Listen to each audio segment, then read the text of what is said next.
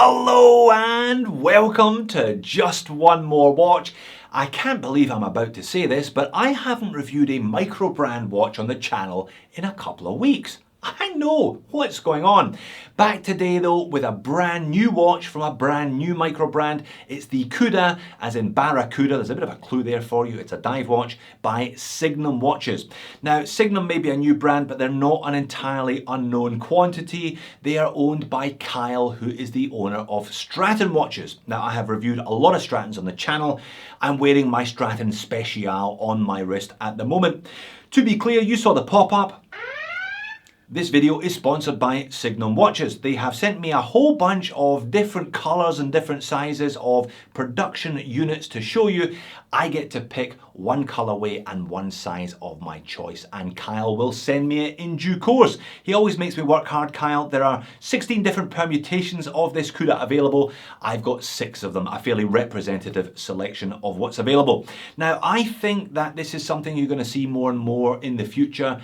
Guys, and it is mostly guys at this stage, who have established micro brands branching out into other areas of the market. You see this with El Shantang, who owns Zelos Watches. He's got a finger, a couple of fingers in a couple of different pies as well. You obviously don't want to take sales off of your number one brand though, do you? So what Kyle's done here with Signum is, in his own words, he wants to do watches that offer fantastic bang for buck. And I think these Cudas do offer excellent value for money. They all have exotic materials on the dial, either mother of pearl, abalone, full lume dial, or meteorite, priced from $250 to $350. I reckon that's the cheapest meteorite dial that I have looked at on the channel so far.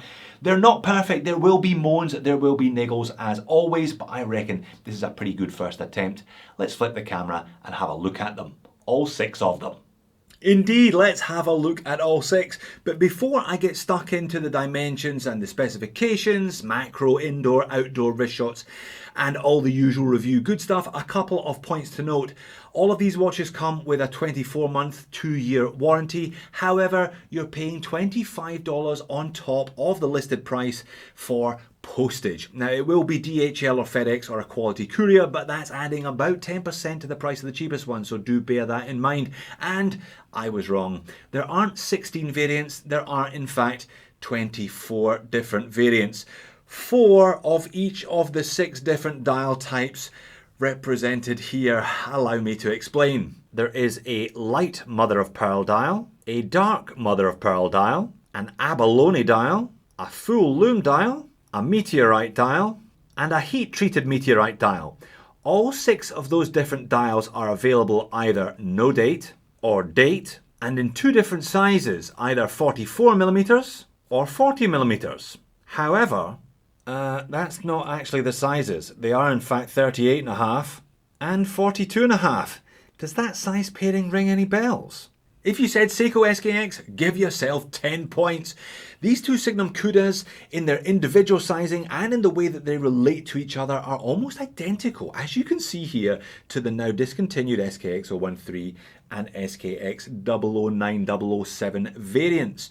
I'm not quite sure why Kyle has chosen to eschew industry standards and measure these watches across to the crown guards rather than, as is normal, across the diameter dimension. Perhaps he feels that if he labels this one as a 38.5 instead of a 40, that will turn people off, but I'm not sure that it will.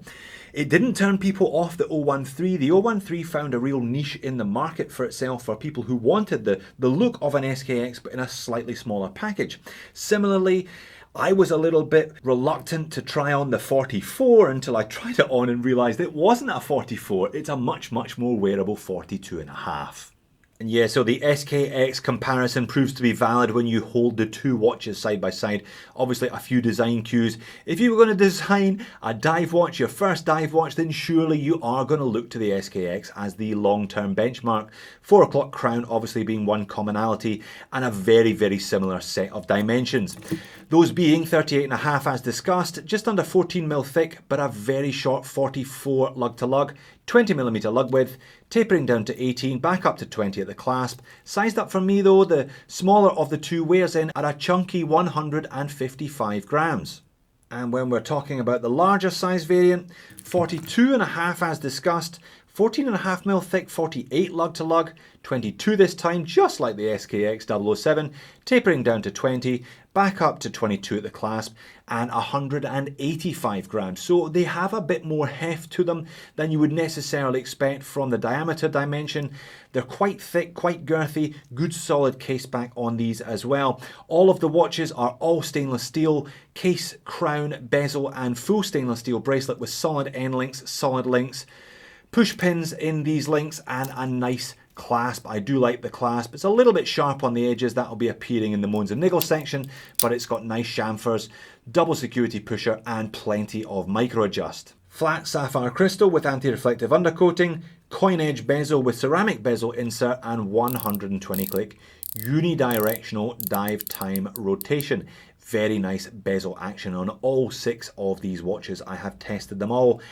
And a lumed bezel to boot. All right, let's do the lume. The lume on these watches is great. Even the non-lume dial versions have got so much lume packed into the hands, the indexes, and a heap of it in the ceramic bezel. They haven't just gone for the pip.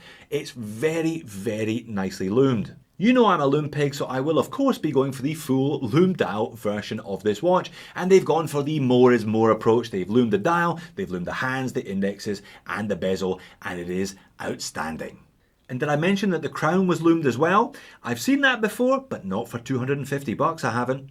And there is the lume crown nestling between the crown guards down there at the 4 o'clock position. All brushed finish on this case, bracelet, bezel, everywhere, no polished surfaces at all. My preference is for all brushed on this style of tool watch, on this style of diver. If you're hard on your watches and you're prone to scraping them and scratching them, brush finish will not show them up nearly as much as if the equivalent surfaces were polished. Nice touch again there with the drilled lugs though, making swapping out from the bracelet, if you so choose, all the easier. But the bracelet's fine, pretty much a common or garden, all brushed 3-link oyster style with push pins, as I said. Clasp is nice though, plenty of micro adjust, and the Signum logo stamped into that fold over clasp. Screw down case back is a nice one though, 200 meters of water resistance in combination with the screw down crown, and there's a nice little stylized etching of a barracuda giving you a wink there. Usual spec sheet, 200 meters of water resistance, sapphire crystal, automatic, and all stainless steel construction. No surprises for guessing the movement. It's a Seiko NH35. It's an NH38 in the no date variants. So as you can see here, crown pop, first position you can hand wind, second position you're straight into time adjust, no ghost. You don't often see that at this price. Again, nice little touches, drilled lugs, lume crown, no date version has the no date version of the movement. Do I even need to repeat myself that the Seiko NH30 whatever is a 24 jewel hacking and hand winding bidirectional winding auto running at 21,600 vibrations per hour. You should get rough tolerances of minus 20 seconds per day to plus 30 seconds per day variants. But from my experience of these, which is not inconsiderable, most of them tend to run at around the plus 10 seconds per day. And if you have a look at the screen now, and I pop a few of these on the time grapher, admittedly only in one position, they all rather look like they're confirming my theory, don't they? But let's get into the dials, specifically the material that the dials are made from, because really that's where the fun, I think, lies in these Signum Cudas. Fairly conventional dial layout, if I'm being honest. Applied indexes, double baton at 12, singles at 3, 6 and 9, and circles everywhere else. Minute track, rehaut chapter ring around the outer edges, and we've got a framed date complication if you choose to spec on the date. Much like the Stratons, Kyle has chosen to keep the branding on the dials down to a minimum, which I think is a good thing. Signum logo underneath the double baton at 12 and just automatic 200 meters printed above the baton at 6. I think the handset suits the overall look of the watch. Segmented sword hands with a brushed silver finish, and there is a bright orange tip to the paddle second hand. But like I said, really it's the materials that we're interested in here.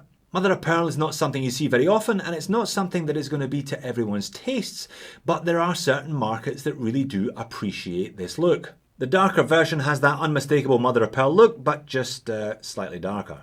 I suspect the abalone dials will be snapped up quickest of all. Phoebus did an abalone dial in the Wavemaster about 6 months ago, and they sold out faster than any other variant. Note that the abalone comes with a blue bezel insert rather than a black. The Meteorite dial perhaps doesn't have the most pronounced patterning of all the Meteorite dials that I've looked at, but then again, as each one is individual, maybe it is just this example. I do like the heat-treated meteorite though. I haven't seen this before. Almost like a combination of a meteorite and a mother of pearl, if you see what I mean. This one looks great, kind of purple-blue fade with little dabbles of gold and silver in there as well. And then there's the Lume dial, perhaps not the most interesting of the bunch until you turn the lights off. On wrist, the 40 wears like a 38.5 because it is a 38.5. Kind of weighs like a 40 though, I guess you could say that, at 155 grams, so certainly has a bit more chunk than you'd expect from a watch with this diameter dimension. And on wrist, the 44 wears like a 42.5 because, yeah, okay, very good, Jody.